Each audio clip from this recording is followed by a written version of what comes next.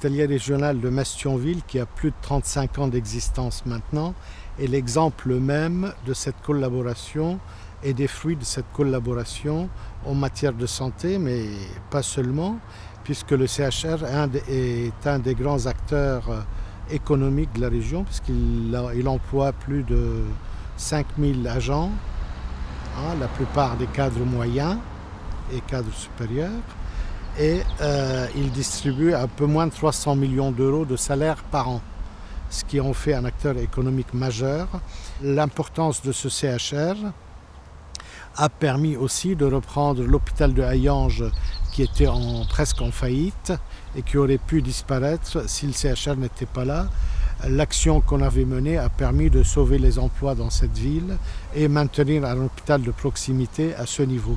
Donc tous ces éléments plaident pour cette métropole Metz-Thionville, et le CHR peut en être un des socles et une des expériences réussies.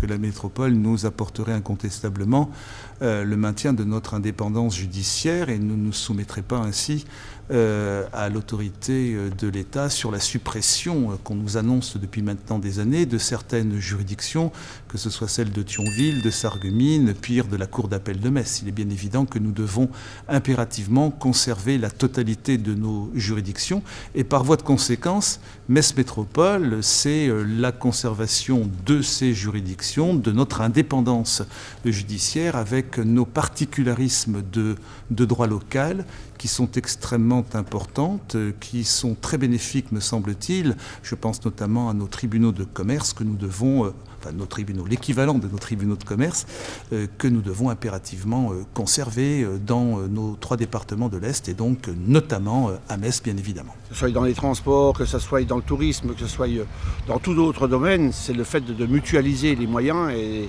que ça revienne déjà moins cher à la collectivité, d'avoir des subventions beaucoup plus européennes. Et je pense que si on réussit à mettre ça en œuvre, motiver les politiques à débattre ce projet, à vraiment le déployer, ça serait formidable. Les métropoles ont des outils qui sont tout à fait intéressants, qui sont propres aux métropoles. Ce sont essentiellement, par exemple, les aides à la pierre, la gestion des aides à la pierre, donc tout ce qui est subvention, construction de logements sociaux, rénovation du logement privé existant, adapter aussi les logements aux besoins de la population, à la population qui vieillit et aussi aux jeunes, et rendre nos logements plus économes. Et il y a aussi, ce qui est essentiel, la maîtrise du plan local de l'habitat. C'est la capacité de prendre notre destin en main.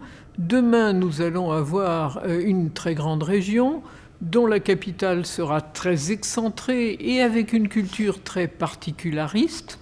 Il est donc extrêmement important que la Lorraine, et la Moselle en particulier, qui sont des régions très riches et très denses, ait la parole et la capacité de défendre, bien sûr, les intérêts de cette zone.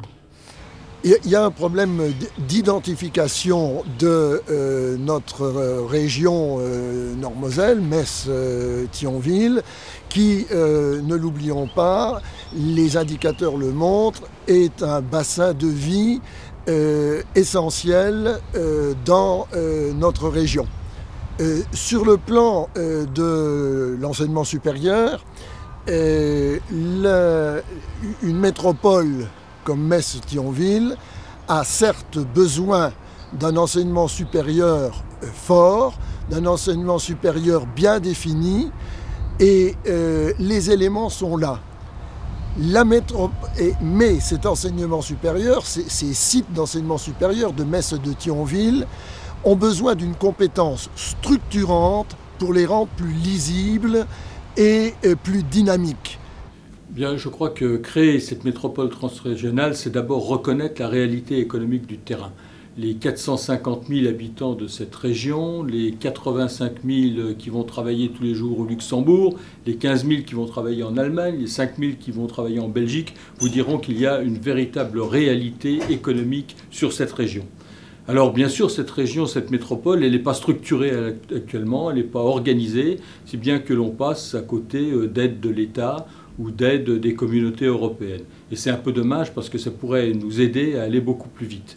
À titre d'exemple, je vous dirais que Belleval, c'est un vrai scandale quand on voit ce qui a été fait du côté luxembourgeois. Il n'y a rien qui est fait du côté français parce qu'on manque de capitaux et parce que également on manque de pouvoir décisionnel rassemblé sur une seule personne. Les luxembourgeois se moquent un peu de nous, puisqu'à chaque réunion, le ministre de l'économie lui vient tout seul, et de l'autre côté, il doit y avoir 5 super fonctionnaires français qui ne se sont pas mis d'accord sur les positions à tenir. Et c'est pareil, par exemple, sur les infrastructures, sur les relations Metz-Luxembourg, puisque, vous le savez, il n'y a pas une semaine qui se passe sans qu'il y ait un accident, sans qu'il y ait des bouchons de plusieurs heures, donc des heures de perte de travail, tout ça parce qu'on n'a pas réussi à trouver le financement et l'organisation de ces infrastructures. Et puis en dernier, parce que c'est un problème tout à fait récent, c'est celui par exemple de l'enseignement des langues. Nous savons que nous sommes dans une région transfrontalière, qu'il est très très important de continuer l'enseignement des langues. Nos amis sarrois ont mis le français à l'honneur parce qu'ils savent qu'ils ont besoin de cadres qui parlent français et qui intègrent des Français. Nos amis luxembourgeois, dans les plus petites classes, tous les enfants sont directement trilingues et nous, on commence à faire marche arrière sur l'enseignement des langues. Donc je pense qu'à partir du moment où nous aurons une métropole transfrontalière, nous aurons un pouvoir de décision, nous serons beaucoup plus proches des réalités du terrain et nous pourrons aller beaucoup plus vite en matière d'économie. Eh bien écoutez, cette grande métropole Metz-Thionville ne présente que des atouts économiques et culturels. J'en vois un premier atout en particulier économique. Donc notre région a une maîtrise d'ouvrages publics et privés performante, a une maîtrise d'œuvre qui a beaucoup de projets et de projets en route et à créer, des bailleurs sociaux qui sont performants et tous ces acteurs économiques vivants qui sont dans notre région. La constitution d'une métropole Metz-Thionville permettrait d'aller chercher et des fonds européens et une plus grande dotation de l'État pour mettre en œuvre tous ces projets et ainsi créer une nouvelle dynamique économique dans notre région. Donc c'est un formidable atout dont il ne faut surtout pas se dispenser, d'autant plus qu'avec la proximité du Luxembourg et puis des autres pays, l'Allemagne, la Belgique, on pourrait créer une métropole transfrontalière comme Lille l'a fait récemment et c'est un pas vers l'avenir incontestable.